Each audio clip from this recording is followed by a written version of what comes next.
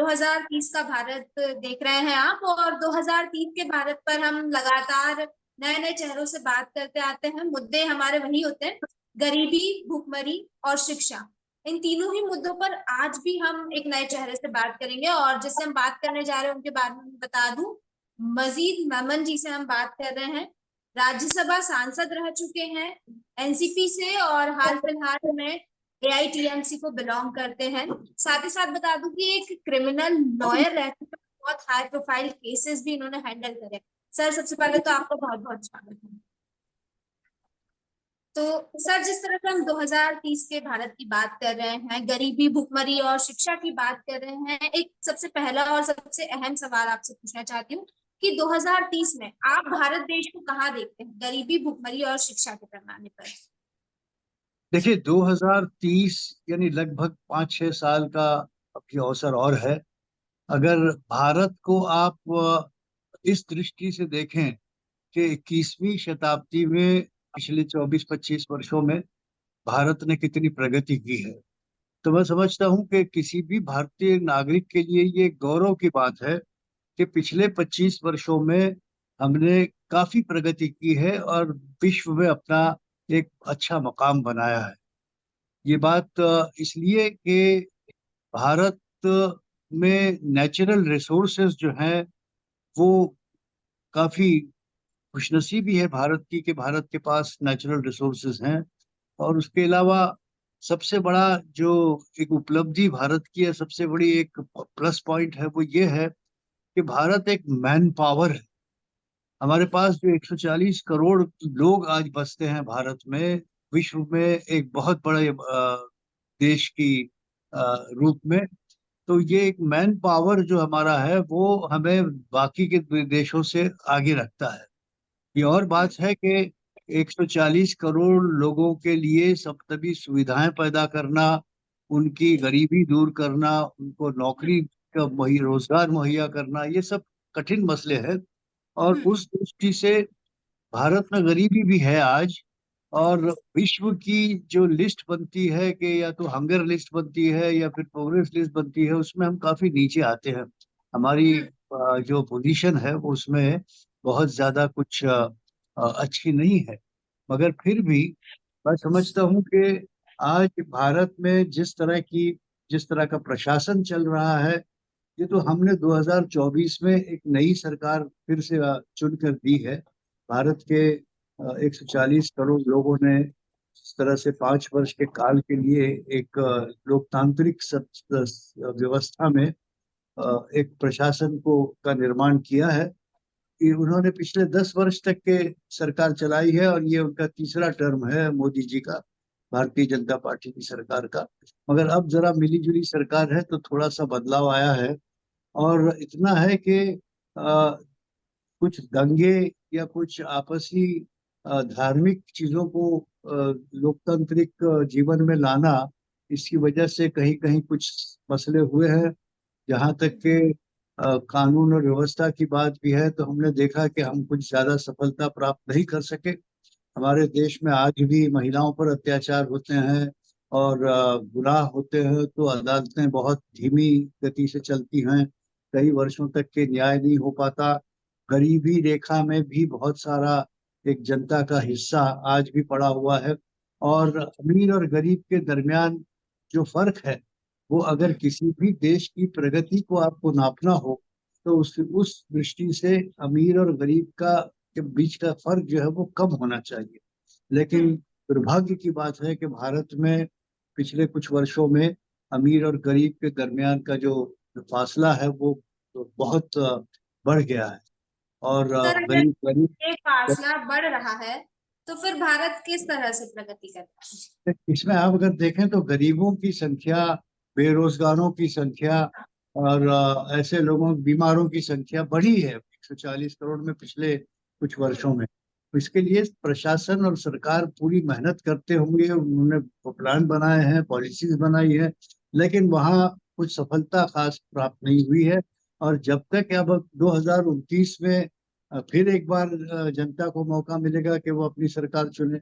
अब ये जैसा प्रशासन, जैसी सरकार आप चुनते हैं, उसका प्रशासन उसी रूप से चलता है। अब भारत में आशाएं काफी हैं, और भारत में यानी उम्मीदें काफी हैं। मगर इस जो प्रशासन चलाते हैं, उनकी जिम्मेदारी बनती है कि वो गरीबों का और अमीरों के दरमियान के फासले को कम करें, और गरीब जो है वो गरीब से गरीब ज्यादा न बने, और अमीर जो है वो अमीर ज्यादा न बने। लेकिन दुख की बात है कि कुछ लोगों के हाथ में सारी पूंजी दे देना, ये एक लोकतांत्रिक जीवन में, हमारे भारत, विशाल भारत के प्रशासनिक व्यवस्था में एक अच्छी बात नहीं मानी जाएगी। इसके लिए जी चाहिए कि हमें कुछ ऐसा पॉलिसीज लानी होगी, ऐसे काम करने होंगे कि जिससे उद्योग बड़े, हैंडीक्राफ्ट और आर्टिस्टों को उत्साह मिले, उन्हें कहीं रोजगार मिले। बेरोजगारी का भी आंकड़ा आप देखेंगे तो बहुत बड़ी संख्या में हमारे पास आज शिक्षित लोग बेरोजगार नौकरी के लिए दौड़ रहे यहाँ पर हैं। सर मैं आपको थोड़ा रोकना चाहूंगी, एक चीज यहाँ पर जानना चाहती हूँ आपसे कि जैसा हमने बात की कि सरकार लोग चुनते हैं और उसके बाद जैसी सरकार रहेगी वैसे आगे की प्रतिक्रिया रहेगी। लेकिन यहाँ पर सरकार तो काफी सालों से लोग चुनते हुए आ रहे हैं, गरीबी आप देख ही रहे होंगे, शिक्षा के हालात आप देख ही रहे होंगे। और बात रही भारत देश को शून्य गरीबी का लक्ष्य जो मिला है वो हासिल करने की, 2030 तक का लक्ष्य मिला हुआ है।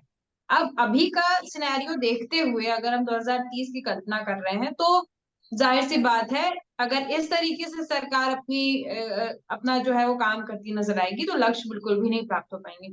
आपने कहा कि पॉलिसीज आ रही हैं लेकिन इम्प्लीमेंटेशन में कहीं ना कहीं कमी रह जा रही है, तो मैं वही लूप होल्स जानना चाहती हूँ कि आखिर क्या कमी रह जा रही है। देखिए, 2030 का हमारा लक्ष्य अगर हम रखते हैं, तो जिस रास्ते हम्म। पर हम चल रहे हैं उसमें बहुत सारी अच्छाइयाँ भी होंगी, लेकिन काफी कमजोरियां भी है, काफी ऐसी भी चीजें हैं जहां हमें ज्यादा ध्यान ध्यान देने की जरूरत है। एक बात गरीबी की, रोजगार की, हम्म। जो हम पहले ही कर चुके हैं। दूसरी बात न्याय की, और कानून और व्यवस्था की। हमने देखा है कि हमारे देश की कानून व्यवस्था जो है वो बहुत ही कमजोर हो चली है, कि जहां अभी ये हम्म। बंगाल की डॉक्टर की हत्या का मामला सारे देश में चर्चित है, और वो तरह तरह की बातें, उसमें राजनीति और सब चीजें आ रही हैं। बहरहाल, आज हमारे न्यायालयों में लाखों की तादाद में वर्षों तक के मुकदमे पेंडिंग रहते हैं। ये क्यों हो रहा हम्म। है? हमने संविधानिक जिम्मेदारी जो हमारे देश के प्रशासनिक जो व्यवस्था है उनके लिए, जो वो संवैधानिक जिम्मेदारी बनती है कि they must provide inexpensive and speedy justice, जहां हम फेल हो गए। आज हम्म। हमारे अदालतों से विश्वास लोगों का कम होता जा रहा है, इसलिए कि न्याय प्रणाली की रफ्तार जो है वो बहुत धीमी है। इतनी धीमी है जी। कि कभी कभार लोग अपनी सारी उम्र अदालतों के चक्कर लगाते हैं, और तारीख पे तारीख लेकर सिर्फ मायूस होकर घर जाते हैं, और उनको फैसला मिलता नहीं, न्याय होता नहीं। तो इस बारे में विशेष तौर पर हमारे प्रशासनिक जो अथॉरिटीज हैं उनको विचार करने की आवश्यकता है, चाहे वो जुडिशरी हो, चाहे वो एग्जीक्यूटिव हो, चाहे वो लेजिस्लेचर हो। कि हमें जब तक कि हमारी न्याय प्रणाली में सुधार नहीं आएगा, हम स्पीडी जस्टिस के वादे को पूरा नहीं करेंगे, तब तक लोगों का विश्वास न्याय प्रणाली पर घटता रहेगा। और नतीजे के तौर पर जो व्यवस्था है, कि जो लॉ एंड ऑर्डर है या रूल ऑफ लॉ है, वो नुकसान उठाता है, और लोगों को बिल्कुल। गुनाह गुनाह बढ़ते जा रहे हैं। देखिए यहाँ पर आपने न्याय प्रणाली की बात की तो वही बात सामने आती है कि जिस देश की न्याय प्रणाली ही सही नहीं है तो फिर उस देश में न्याय कैसे हो सकता है ना। तो जैसा कि आप अच्छे वकील हैं तो मैं एक चीज जानना चाहती हूँ कि न्याय प्रणाली जो है उसमें काफी सारे लोग उसमें रहते हैं, तो ऐसा तो होता नहीं होगा कि कोई एक पर्टिकुलर व्यक्ति चाह रहा है कि ये केस जल्दी सॉल्व ना हो। आखिर कहाँ से ऐसा प्रेशर रहता है कि लोगों को तारीख पे तारीख मिलती रहती है, 10 10 12 12 साल लोगों को घसीटा जाता है, उसके बाद भी कुछ सामने तथ्य पड़े हुए हैं लेकिन कुछ रिजल्ट सामने नहीं आता तो देखिए, इस है, ऐसा। संदर्भ में मैं दर्शकों को आपके ये बताना चाहूंगा कि जी। मैंने जो 6 वर्ष का राज्यसभा में काल पाया था, उसमें से 5 वर्षों तक के मैं parliamentary standing committee for law and justice का मेंबर रहा, के सदस्य होने के नाते मैंने बहुत से सुझाव दिए।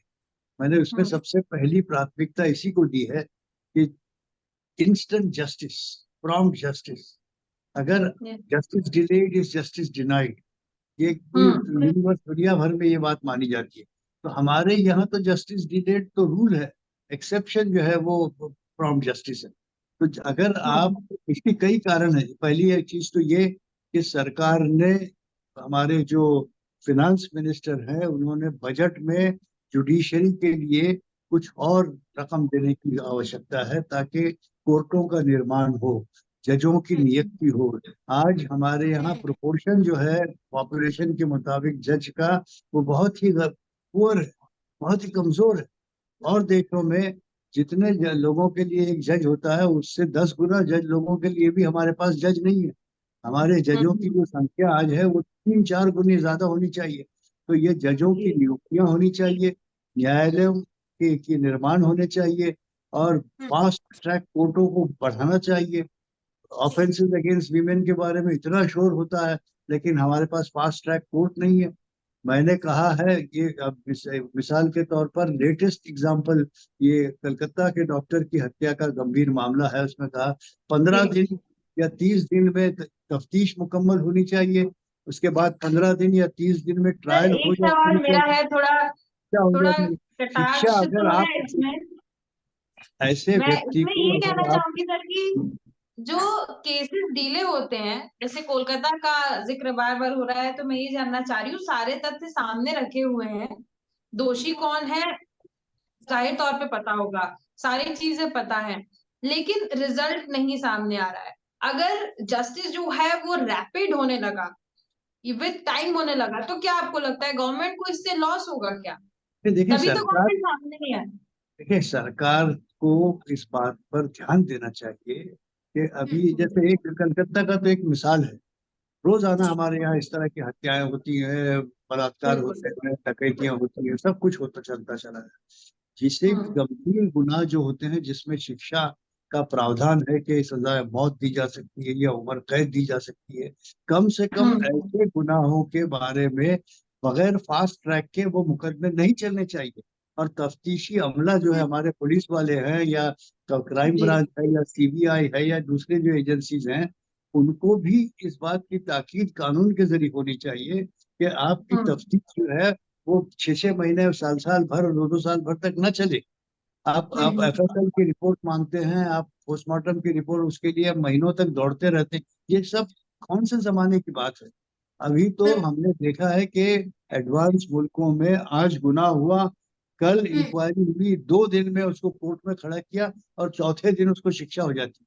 कि हम लोग कुछ सीख क्यों नहीं पाते इससे? फास्ट ट्रैक कोर्ट में डे टू डे ट्रायल चले, तब मामला कुछ दिनों में ही खत्म करके चालान दाखिल कर दिया। और बिल्कुल आपने सही कहा कि कुछ देशों से तो ऑन द स्पॉट एक्शन लेने की, ऑन द स्पॉट जो एक्शन लेते हैं कुछ देश जो है, कि अगर कहीं पे बलात्कार हुआ तो ऑन द स्पॉट अपराधी का जो है वो कुछ ना कुछ उसके साथ उसको सजा दी जाती है। तो यहाँ से प्रेरणा नहीं ली जा रही है, भारत देश में चल रहा है जैसे चल रहा है, धीरे धीरे जो स्लो प्रोसेस होती है वो चलती आ रही है, और कहीं ना कहीं इससे जो भारत के नागरिक हैं उनको तो सबसे ज्यादा लॉस हो रहा है, और लोगों को पता बिल्कुल भी नहीं चलता है, क्योंकि इतनी हार्ड एंड फास्ट लाइफ हो चुकी है कि लोग इसमें ज्यादा इंडल्ज होना नहीं चाहते। शिक्षा को देखिए, लेकर एक सवाल मेरा रहेगा आपसे कि क्या आपको लगता है कि लॉ एंड ऑर्डर के मामले में, जस्टिस के मामले में, क्या लोगों में भी जागरूकता की कमी है? शिक्षा से इसको हम अगर रिलेट करते हुए चले तो। देखिए आपने जिस तरह से ये सब्जेक्ट बनाया है कि 2030 का लक्ष्य रखा है, तो हमारे पास 6 वर्षों का काल अभी है, 2030।